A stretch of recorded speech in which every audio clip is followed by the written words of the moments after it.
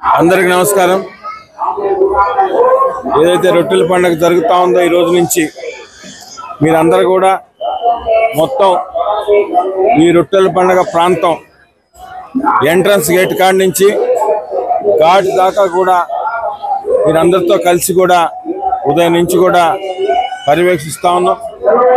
MLA గారు కానీ దర్గా committee chairman, committee సభ్యులు, ఇతర ముఖ్య నేతలందరూ కూడా నిత్యం గత 20 రోజుల నుంచి కూడా ఈ ప్రాంగణంలో వచ్చే భక్తులకి ఎక్కడ ఎటువంటి ఇబ్బంది లేకుండా, ఎటువంటి అసౌకర్యం లేకుండా చూడాలన్న ఒక మంచి ఉద్దేశంతో ఈ ప్రాంగణాన్ని అత్యంత సుందరంగా తీర్చిదిద్ది భక్తులందరూ కూడా సంతోషంగా వచ్చి ఘాట్లో రొట్టెలు మార్పిడి చేసుకొని దర్గాని సందర్శించుకొని పోతా ఉన్నారు.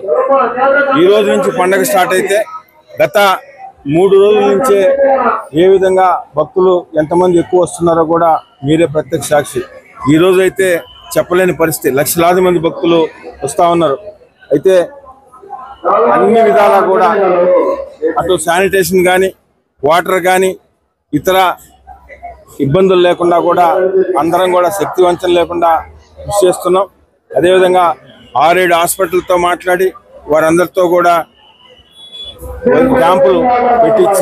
వైద్య క్యాంపులు పెట్టించి ఏది అవసరం ఉన్నా కూడా అక్కడ ట్యాబ్లెట్లు కానీ, అంబులెన్సులు దాదాపు 6 అంబులెన్సులు ఈ ప్రాంగణంలో ఉన్నాయి. అదే కాకుండా ఉచిత భోజనం కూడా రేపు, అదేవిధంగా దగ్గర ఉండే కళ్యాణ మండపం వాళ్ళందరూ కూడా రిక్వెస్ట్ చేశాం. వాళ్ళందరూ కూడా రేపు ఎల్లుండి ఉచిత భోజనం వచ్చే భక్తులకి అందరూ కూడా పెడతా ఉన్నారు.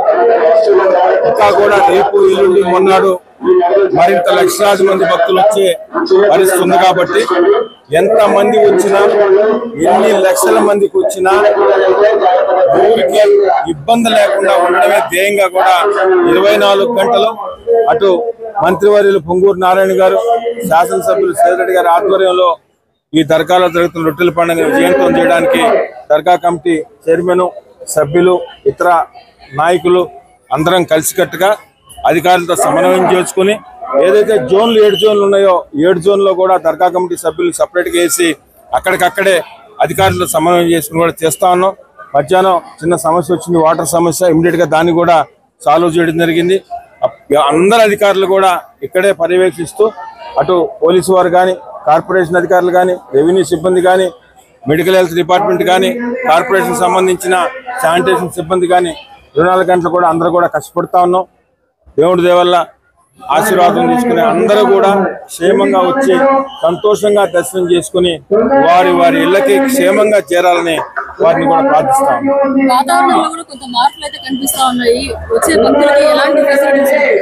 వాతావరణం సంబంధించి మనం గత 3 రోజుల నుంచి 4 రోజుల నుంచి కూడా చూస్తున్నాం. అయినప్పటికీ వర్షం వచ్చినా కూడా ఇబ్బంది లేకుండా ఎంతవరకు చేయగలమో ఇప్పటికే పార్కింగ్ ప్లేసుల్లో కానీ, ఇక్కడ దర్గా ప్రాంగణంలో కానీ చేయగలిగాం. ఇంకా ఎక్కువ వర్షం వస్తే మనం చేయలేని లేదు, కానీ మ్యాక్సిమం ఇబ్బంది లేకుండా చేయడానికే అన్ని విధాలా కూడా ప్రయత్నిస్తా ఉన్నాం.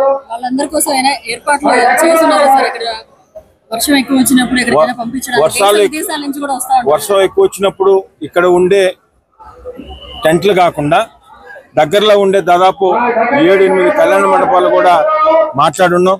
ఏదైనా వర్షం ఎక్కువైతే వారందరికీ కూడా అకామిడేట్ చేయడానికి ఆ కళ్యాణ మండపాలన్నీ కూడా ముందుగానే సిద్ధం చేసుకుని అధికారులు సమన్వయం చేసుకుని అటు నారాయణ గారు కానీ, మంత్రివర్యులు, శాసనసభ్యులు సేదరెడ్డి గారు నిత్యం కూడా పర్యవేక్షిస్తా ఉన్నారు.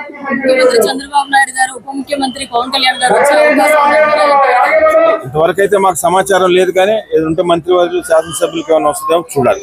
మిగతా మంత్రులు ఏదో వస్తున్నట్టుంది, అది కూడా ఈ రాత్రి కన్ఫర్మేషన్ వస్తుంది. మరిన్ని అప్డేట్స్ కోసం మన HN9 టీవీ ఛానల్ ని సబ్స్క్రైబ్ చేసుకోండి.